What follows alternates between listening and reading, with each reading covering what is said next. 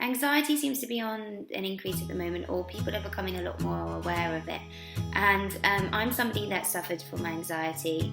And although throughout university, when I look back now, I dealt with it quite poorly, in terms of I would become, because I'm a bit of a perfectionist, my personality traits is I'm a massive high achiever.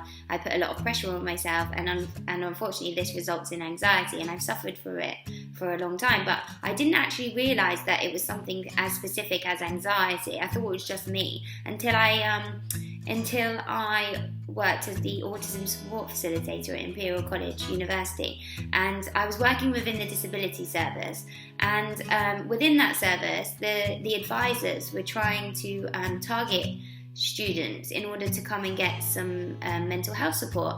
And it wasn't until then that I realised that I was actually one of those students that probably should have gone and got support while I was at university.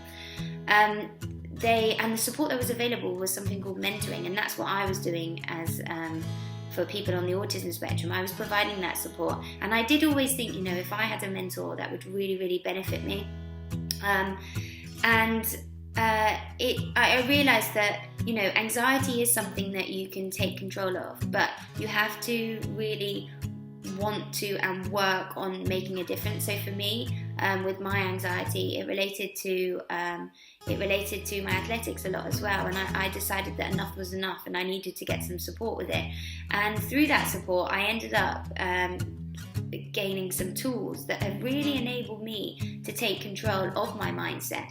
And this is where it's really stemmed my interest as well as a health coach, and this is what I do with my clients, is that, for instance, take nutrition. If you want to have a better, if you want to eat better, what you've done already at the moment is you've learned a way of eating, and in order to improve that, you have to relearn. You have to relearn, and then in order for it to become sustainable and become part of your daily routine. The same is true as your mind.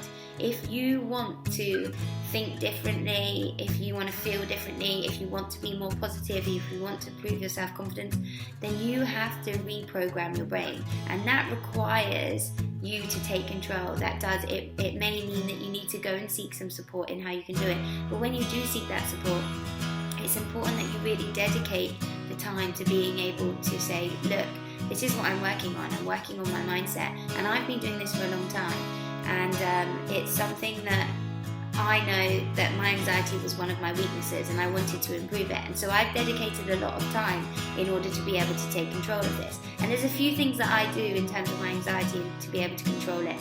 I do something called emotional freedom technique, which is a way of it's acupressure for the body. It's called tapping, and what it does is it really brings me down and be able to decrease my arousal when all of a sudden I hit that flight or fight response when something anxious comes in. And I also keep a journal which I write every evening. That helps me to really just feed my brain with positivity rather than negativity. So what I do is I sit down, I write what's gone well throughout my day, I write whatever's on my mind at that time, and I write things that I'm grateful for. And it's amazing what happens when you actually start feeding your brain with positivity, because we're very good at taking negativity on and thinking of the negatives, and sometimes we rely on other people to give us the positives, but actually we don't need to do that, because we can give our own brains the positivity that it needs.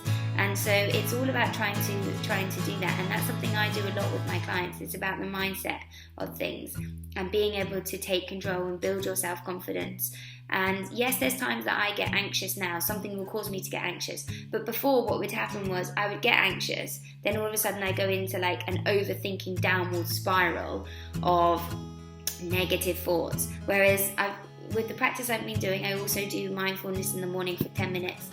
With all the techniques that I've learned, which are really basic, they're just self-help techniques, and they're things that I give my clients because they are self-help. I just say recommend them, and then for my clients to go away and use them because they've been so beneficial in my life as well. And so what happens now is that when something becomes anxious, I have these methods to take control, and instead of going down this downward spiral now, I kind of think of all the positives. and it's something that's become automatic now. So, and that's really good. Whereas before, I just allow myself to become immersed in these negative, overthinking things that would just result in me being really, really down, and my stress levels causing me to have panic attacks. So there are ways that we can make a stop. We can take control of our anxiety, and you need to remember that anxiety is part of you.